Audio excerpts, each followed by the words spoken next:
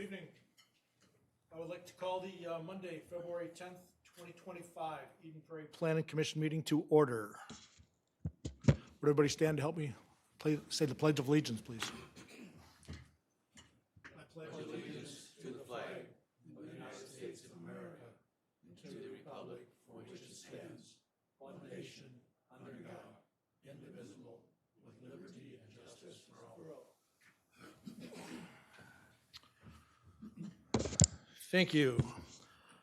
Okay, the first item on the agenda is our approval of the agenda. Commissioners, does anybody have any comments on tonight's agenda? If not, I'll entertain a motion. Motion to approve the agenda. Thank you, Commissioner Taylor. A second? Second. Thank you, Commissioner Grody. All in favor, say aye. Aye. Opposed? Anybody abstain? Motion passes. Thank you. Next item on the agenda is the approval of the minutes from the January 27th, 2025 meeting that we had. Anybody have any comments on our minutes from that last meeting? I'll move to approve the minutes from the last meeting. Thank you, Commissioner Duncan. Do I have a second? Second. Second from Commissioner Kirk. All in favor, say aye. Aye. Opposed? Abstain. Abstain by Commissioner Grody. Thank you. All right, we have two public hearings on the agenda today. We'll tackle the first one here. It's a variance number 202502BOA at 9030 High Point Circle. It's a request to allow a deck that is 17 feet from the rear property line in the RM 6.5 zoning district. City code requires a 20-foot setback. If the applicant is here and would like to say a few words, welcome to the podium. Please state your name and address. I'm Jason Harrelson, homeowner 9030 High Point Circle. Thank you. And we're requesting a variance to build a standard size deck. He currently has a deck that is unique to the setback of the property. There used to be an outlot behind this property line that he was kind of unaware of when he moved in 2009. It's been, from what I can tell, gone since 2001. So as a deck builder, when I came there to give him an estimate, we thought we could build a standard size deck. Turned out we were wrong. So we're not building anything massive. We're just trying to build something that is conducive to actually utilizing the deck. It right now is a very irregular shape. Can't really fit a patio table on it. Can fit a cafe table on it, but that is about it. So yes, we are asking for a variance to build into that setback about 3.5 feet. Okay. And I do have, Jeremy, I have no idea how to run this. Okay. Forgive me, I haven't done a PowerPoint since I was in college. And that was No worries, just a couple of years then, right? Yeah, just a couple of years ago. So there's what we're trying to build. The gray lines is his existing deck. The deck actually used to go further all to the corner of his house until they resided recently. Well, I shouldn't say recently, a couple of years ago. Yep. So we're actually making it shorter than its longest depth at the current moment, but it does follow the 20-foot setback. So you can see the area that we are trying to build into. Here's a property or a picture of his property. The property line on the right there, that shows where I kind of assumed his property was, given the meter and big shrubbery that looks like what would be a standard edge of property. There's just another picture that shows the easement line. Is that right? Is it Setback line. Setback line. Thank you. So that's where the 20 feet would be from the outlot, which again, the outlot is something that he's been maintaining since he's moved in. There hasn't been a trail there. Realistically, looks like part of his backyard, which there's a GIS. My drawing on it shows the 17-foot corner that's kind of in play here. And then here's a picture of his existing deck and his backyard, which you can see he has like a good tree buffer between the neighbors that, again, kind of makes for not being a city planner. If I just walked in his backyard, I would assume it was his backyard. So given that that setback is 20 feet from the outlot and not what normally looks like his back or the edge of his property line, that is why we are asking for a variance. All right. Thank you very much for your presentation. We appreciate it. I'll let you know if we have any questions. Commissioners, do you have any questions of the applicant or the builder at this point in time? Seeing none, okay. Planner Barnhart, would you like to take us through the staff report? You gentlemen can be seated for a moment. Thank you. Yeah, thank you, Chair, Commissioners. As the applicant noted, we're here for a variance from the rear yard setback. The rear yard required setback is 20 feet. They're asking for 17 feet at the closest location, so an encroachment of 3 inches, or 3 feet, pardon me. When we review variances, it's not a matter of does it look good or is it just a convenience kind of fix on a situation. There are certain criteria that the city must review and find in order to grant a variance. And those criteria are really in 5 key areas. One is the improvement or the use consistent with the comprehensive plan. The property is used residentially, it's guided for residential uses, so it's consistent with the comprehensive plan. Another criteria is the improvement in harmony with the purpose and intent of the ordinance. Is the overall goal of the ordinance achieved if we grant the variance? And the staff's analysis of this, with that unique kind of configuration in the backyard with that outlot that's kind of for a shared open space within the neighborhood, we still achieve those goals of an open space type of separation between the buildings on either side of that outlot. So the purpose and intent of the overall goal of a rear yard setback is met with that modest encroachment and also with the existing outlot that's there. Other factors that we review is there unique characteristics to this property and are there practical difficulties with the property or with the proposal, with the ordinance that make reasonable use of the property problematic. The property is unique. We don't have a lot of these outlots for the intention of kind of a shared open space. Often we tackle that now through a shared easement. So the property line may be measured in the middle of a trail, for example, which is where a setback is measured from. But in this situation, we use a separate kind of tool. We use the outlot tool here. So that's a unique kind of consideration within the city. This neighborhood was built under that kind of promise, but generally in the city, we don't handle these type of goals, shared trails that way anymore. Practical difficulties, I will get to that in a moment. Preservation of the neighborhood character. You look at the improvement, the encroachment, and does that disrupt or impact negatively the neighborhood? And as the applicant had noted, the rear yard line or the rear property line is somewhat hidden. I mean, not formally, but it appears that the backyard kind of goes and encroaches into the next door neighbor's backyard.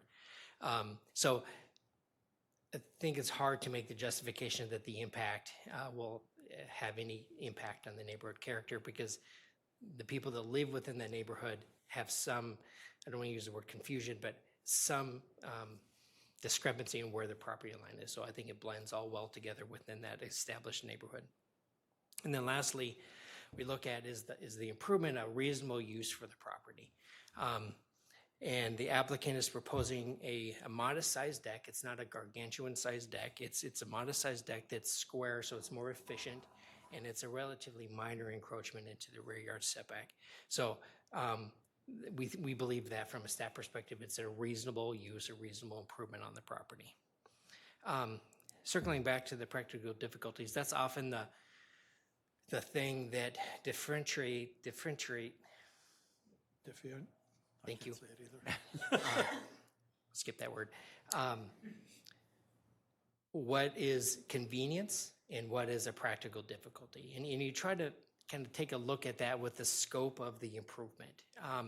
Yes, the deck could shift to the side to kind of create more space. Looking at the side or the rear pictures provided by the applicant, you can kind of see there's an entrance to the garage space just adjacent to the deck, right next to that wood pile there. You could feasibly move a door, that can happen. What you try to balance, though, is the scope of the improvement, the need to preserve the character and goals of the ordinance, and the kind of the scope of the project. And shifting a door like that is a pretty substantial practical difficulty based on the scope of the project and what we're really trying to preserve. So staff didn't see that as a viable alternative to the variance. Obviously, we don't go around handing variances out as ever, wherever we can. We try to meet within the code. In this application, we feel that the proposal does fit with the overall goals of the ordinance and does provide adequate findings for a variance. So staff is recommending approval as proposed. The Planning Commission has an option to deny the project as proposed. They can approve it with modifications, or they can approve it as drafted. And staff is recommending approval as drafted. Thank you very much. Appreciate that. Commissioners, any questions for Planner Barnhart before we move to the public hearing? Seeing none? Okay. This is a public hearing. Anybody in the audience that wishes to address the commission on this matter may approach the podium at this time. Seeing none, I would entertain a motion from the commissioners to. Move to close the public hearing. Thank you, Commissioner Sherwood. Second. Second from Commissioner Duncan. All in favor of closing the public hearing, say aye. Aye. Opposed? Anybody abstain? And the public hearing is closed for this matter. Okay, Commissioners, this looks fairly straightforward. Any comments? I agree. I think it's pretty straightforward. I would recommend that we approve it. Okay. Agreed. Agreed? Okay. Anybody wish to make a motion? We have motion in front of us, 3 different choices that Jeremy outlined. Mr. Chairman, Commissioner Kirk. move to approve the variance to allow a deck that is 17 feet from the rear property line in the R1-13.5 zoning district as represented in the February 10th, 2025 staff report. Thank you. We have a motion to approve from Commissioner Kirk. Anybody wish to second that motion? Second. Thank you, Commissioner Taylor. All in favor, say aye. Aye. Opposed? Anybody abstain? Motion passes. Congratulations. Thank you. Get your variance. All right, we have our second public hearing now. It's for the Highway 5 Business Center. It's a request for zoning district change from I General to Flex Service on 3.98 acres, a site plan review on 3.98 acres, and a preliminary plat combining several tracts into one lot on 3.98 acres. Is the applicant here? Would you like to give us a short presentation? Please address the podium and give us your name and your company. Hello, everyone. My name is Evan Matson. My address is 5800 American Boulevard West. Excited to be here today representing the applicant. Thank you. It should work. Okay. Am I going to be able to hit next on the slides? Yeah, it should work. Awesome. Okay. So I'm here to talk to you about Highway 5 Business Center. It's a new development that we are proposing and are excited to present today. But before we do that, a little bit about Endeavor, the applicant. We are a local developer. We were founded in 2019. We've had a lot of projects throughout the metropolitan area, as well as Iowa and Des Moines. We were here recently for another project, Nexus at Opus Park. So if you've seen me in the crowd before, I'm now excited to be up in front of you. To summarize and highlight what we're here today to discuss, we acquired a property from MnDOT in September of 2024. This was formerly right-of-way property. MnDOT acquired the property while they were developing Highway 5 and the 212 exchange there. So that happened around 1998, and MnDOT has owned it since then. We're proposing to develop a new 51,966,000 square foot modern business center. We're excited about the project, the size of it. It's a speculative project at this point. We are requesting a rezone to Flex Service. After the property was acquired from MnDOT, it was right away, and then it defaulted back to iGen, which was the former zoning. We are rezoning to Flex Service to make it consistent with the Aspire 2040 plan. And then because we acquired it from MnDOT, we are proposing to plat the property because it was formerly right-of-way and does not have a platting right now. So here is the project location. It's a 3.9 acre site. It's currently zoned as iGen, which was the former zoning for the property. There used to be 2 smaller industrial buildings on the site, as well as a temporary concrete plant that really comprised of the property. But for the past 20 years, it was right away. And as I mentioned previously, we're proposing to rezone it to flex service, which is a newer zoning type. You can see in the upper right-hand corner of that image, that whole area is guided for flex service. So here is our site plan. It's a 51,000 square foot single entrance building. There's a lot of, you can't see it on this plan, but there's topography, which is why we moved a bunch of items around and really settled in on this site plan to maximize our coverage as well as create the best product overall for prospective tenants in the area. Our ponding is on the east and the primary entrance is on the west. Here are the elevations for the project. It features 3 complementary paint tones, a cream, a tan, as well as a charcoal color. There is a stone veneer. You can see the stone columns that accent the facade, as well as glazing and metals that are of bronze finish. Here is a rendering from the west. This is a similar project. You may have seen these images in the past, but this design here for our property was inspired in part by these images here, and we really feel like these do a nice job of characterizing the finish. As you can see, it's a different design with multiple entrances on this property, and our property only feature 1 entrance, but it gives you a good understanding of the end finish of the property. These are interior images. As I mentioned, it's a speculative project at this point, so there's not a tenant in hand, but this is character images of what we would anticipate once the building has a tenant. And to summarize, we are requesting a rezone to flex service. The flex service zoning is consistent with the comprehensive plan. Our preliminary plat is requested because the property was reclaimed from MnDOT and is not currently platted. And we're looking to transform the property that's now vacant into a modern business center, and we're excited about that and what it's going to bring to the city of Eden Prairie. So with that, I'd welcome any questions. Thank you, Evan. Before I ask the other commissioners, just a really quick one for me. The last time you guys were in, I think it was up in North Eden Prairie. Yeah. You designed the building high enough to accommodate a potential future mezzanine. Yeah, Same thing here, and if so, what would you do with the parking? I'm excited about that question. I almost brought it up in the presentation because I knew it was coming. At this point, it's designed to accommodate a mezzanine, similar to our other project, the speculative portion of it.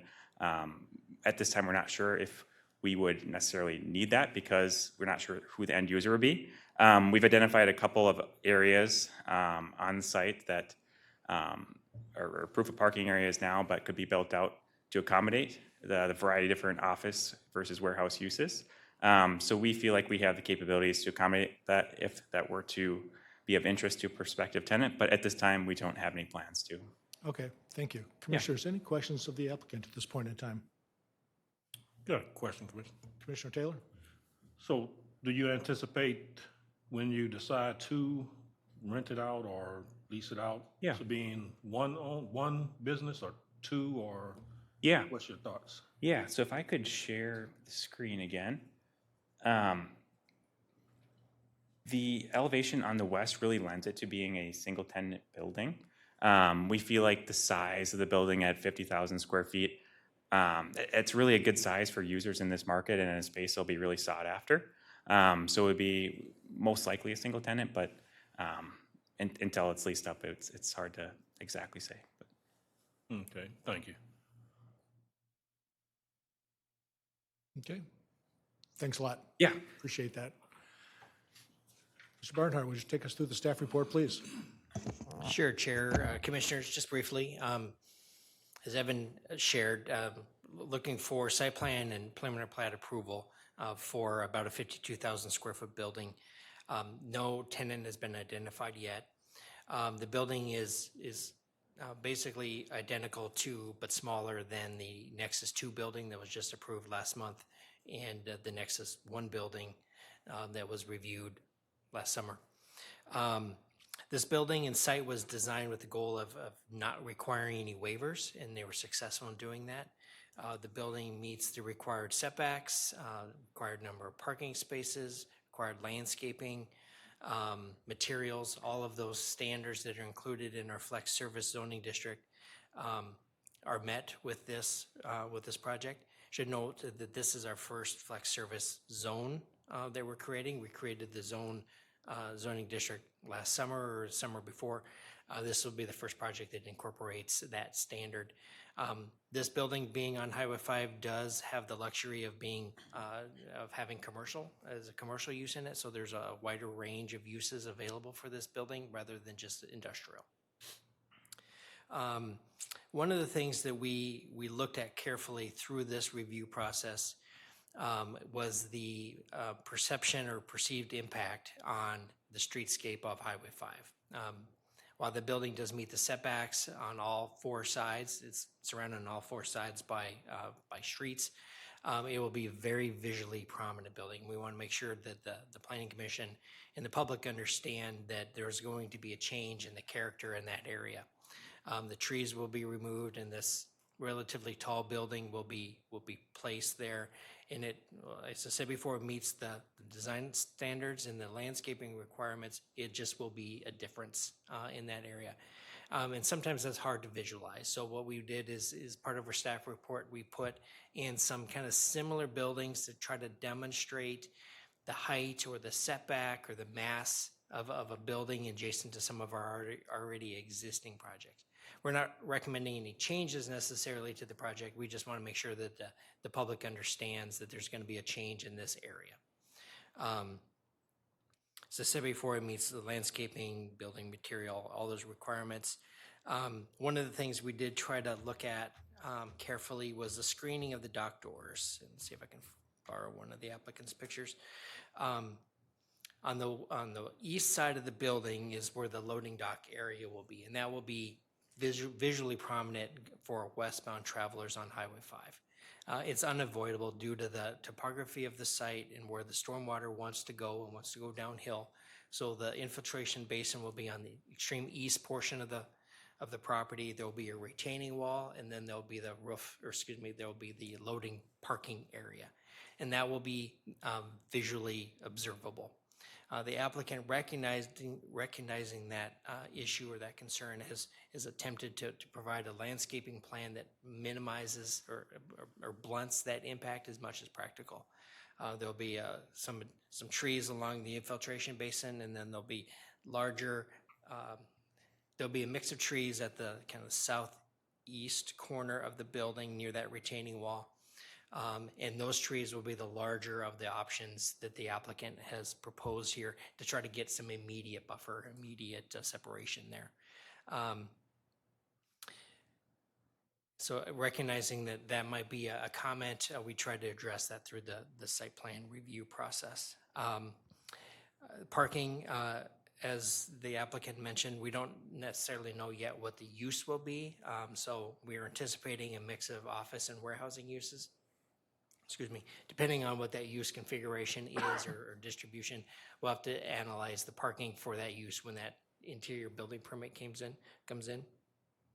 But the applicant has identified the parking based on what they believe that the likely use distribution will be. So that does meet the code requirements, and we'll continue to review any changes as they come through in terms of internal tenant space lease outs. Staff is recommending approval of the project as proposed. I stand ready for any questions. Thank you, Jeremy. Appreciate that. Commissioners, questions of the planner at this point in time? I just have a couple quick ones, Jeremy. On the preliminary plat, or all the site plans for that matter, apparently the property line is set back quite a ways from both Venture Lane and Wallace Road, differing from the other side of Venture Road and Wallace Road.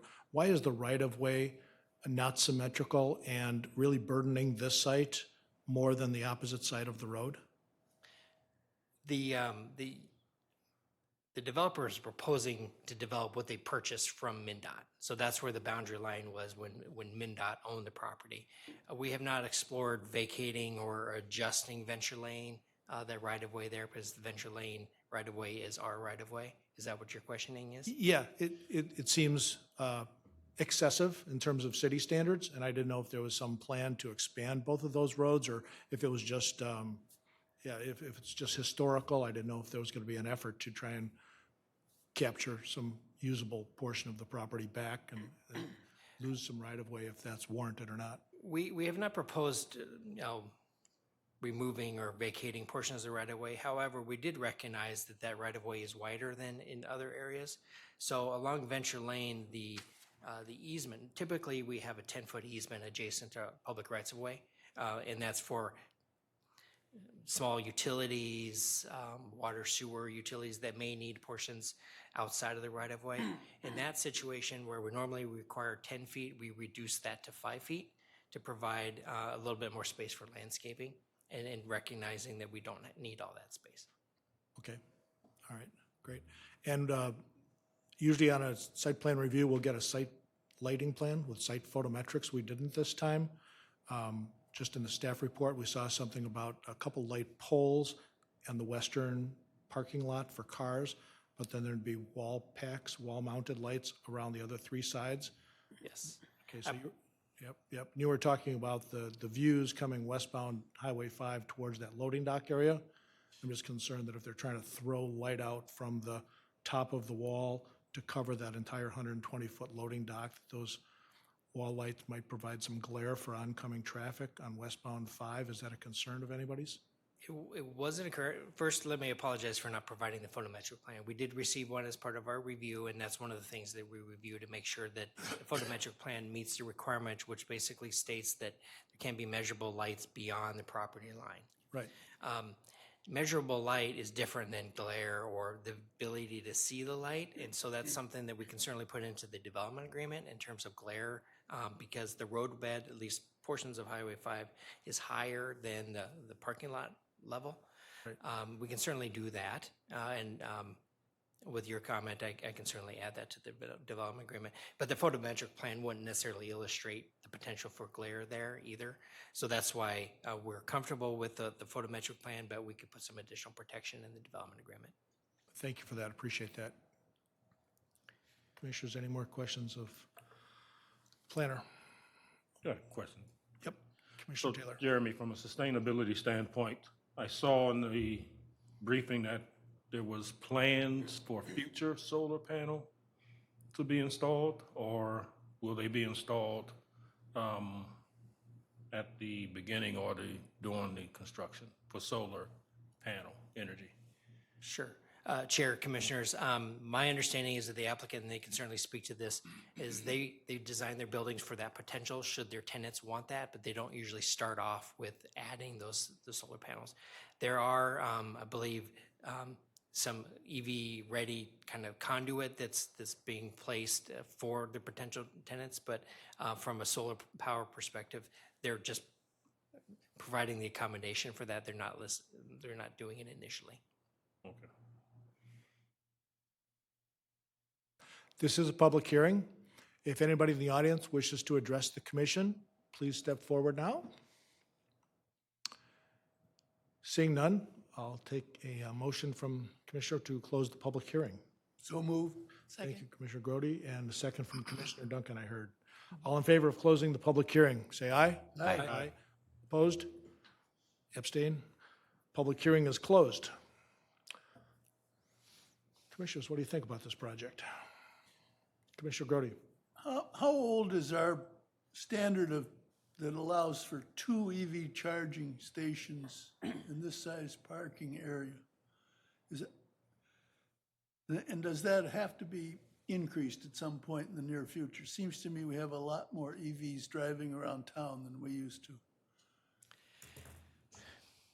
Chair, Commissioners, that's a good question. I don't know when that standard was created. There's a couple of things at play here, though. One, we have a requirement when there's a PUD that there's a minimum amount of spaces. I think it's a percentage. And in this situation, the applicant is electing to provide some, it's not a requirement. I don't know when that standard originally started, but my understanding is, and this goes with all businesses, is that they can elect to add more EV charging stalls as their needs warrant. So there's no prohibition against that.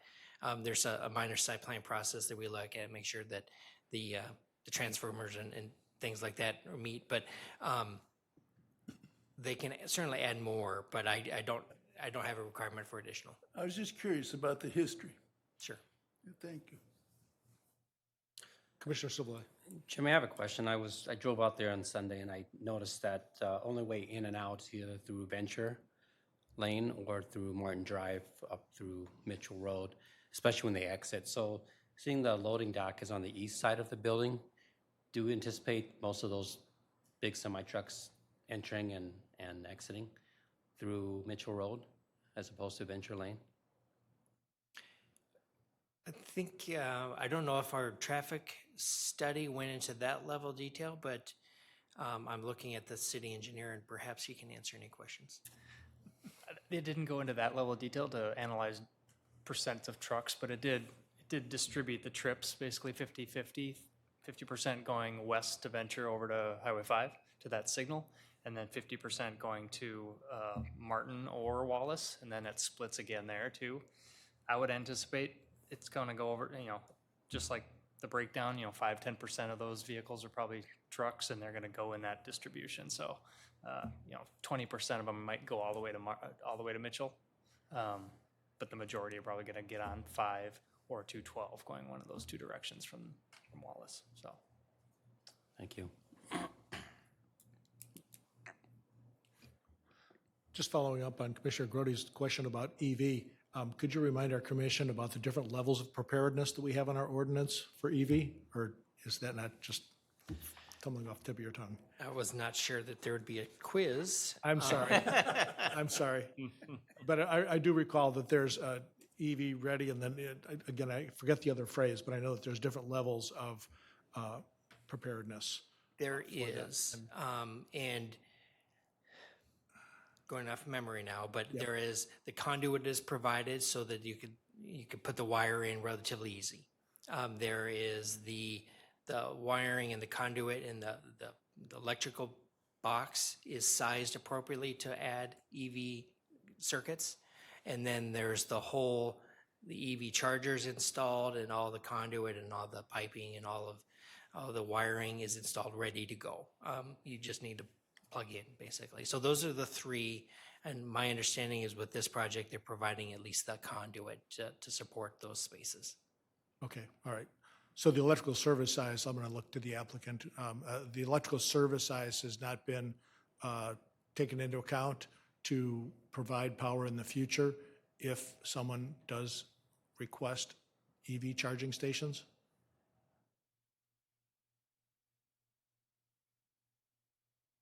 Thanks.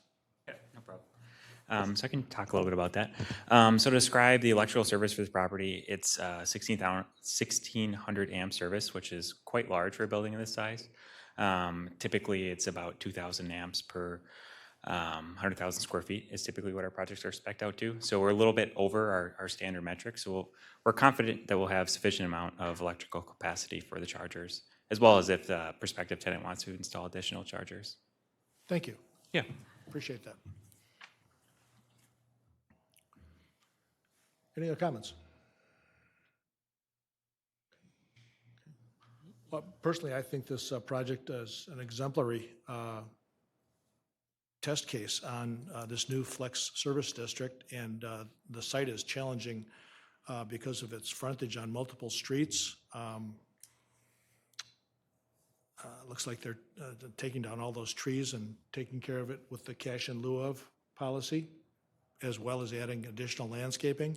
The four-sided architecture was, for a project like this, is almost unheard of. So I think they did an excellent job with the design, as well as staying away from any variances. So I support this project wholeheartedly. I do too, but I'd like to add a comment.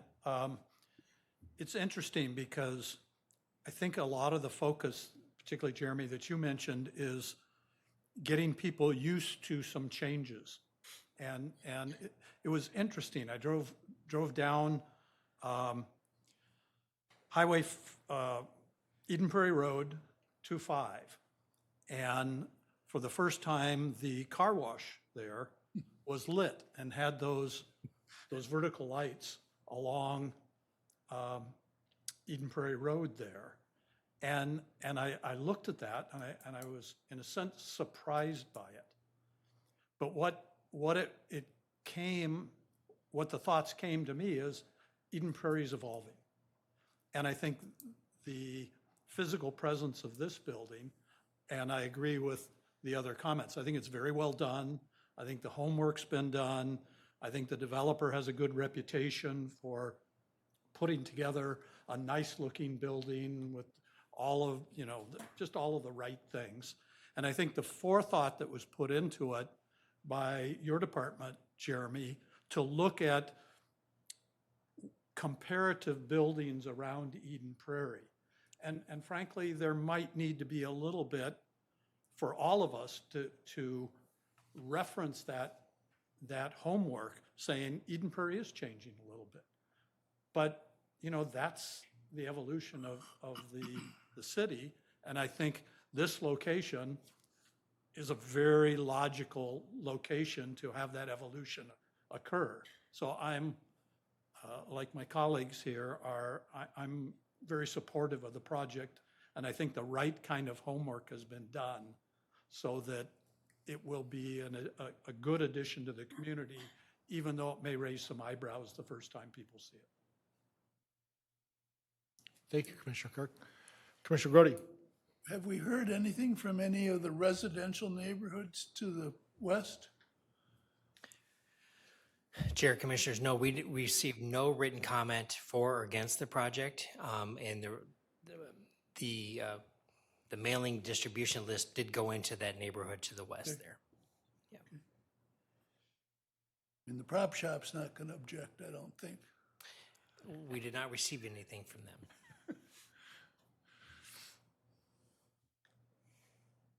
I would just commend the applicant and agree with the sentiments that you have also expressed, and it's very well done without any waivers too. I think that's great.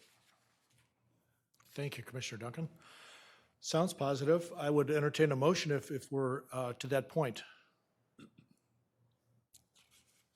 I'll make a motion. I will move to recommend approval for zoning district change, site plan review, and preliminary plat, all on 3.9 acres, as represented in the February 10th, 2025 staff report. Thank you, Commissioner Duncan. We have a motion. Do I have a second? Second? Thank you, Commissioner Grody. All in favor, say aye. Aye. Opposed? Anybody like to abstain? Motion passes unanimously. Congratulations. Look forward on this wonderful project. Okay, those are the two public hearings we've had this evening. Planner reports, Mr. Barnhart? Nothing new tonight. Okay. Member reports. Hearing none, I'll take a motion for adjournment. Motion to adjourn? Thank you, Commissioner Taylor. Second by Commissioner Kirk. All in favor, say aye. Aye. Opposed? Meeting adjourned. Thank you.